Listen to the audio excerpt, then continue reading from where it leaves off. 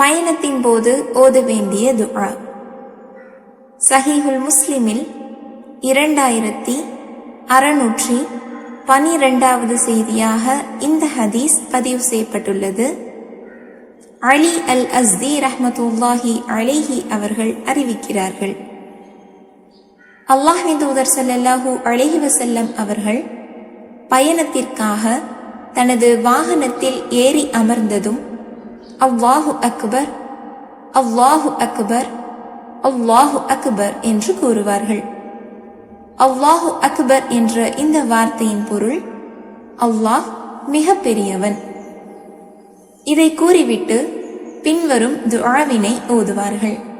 அந்த துஆ, சுப்ஹானல்லஸீ ஸஹர லனா ஹாஸா வமா குன்னா லஹு முக்ரினீன் வ இன்னா இலா ரப்பினா லமுன்கலிபூன். அல்லாஹும்ம இன்னா நஸ்அலுக ஃபீ சஃபரினா ஹாஸல் பிர்ர வத்தக்வா வமினல் அமலி மா தருதா. அல்லாஹும்ம ஹவ்வின் அலைனா சஃபரனா ஹாஸா வ அத்வி அன்னா புஅதஹு. அல்லாஹும்ம அன்த ஸ்வாஹிபு ஃபிஸ் ஸஃபரி வல் கலீஃபத்து ஃபில் அஹ்லி. அல்லாஹும்ம இன்னி அஊது பிக மின் வஅஸாஇஸ் ஸஃபரி வ காபத்தில் மன்லரி வ சூஇல் முன்கலபி ஃபில் மாலி வல் அஹ்லி.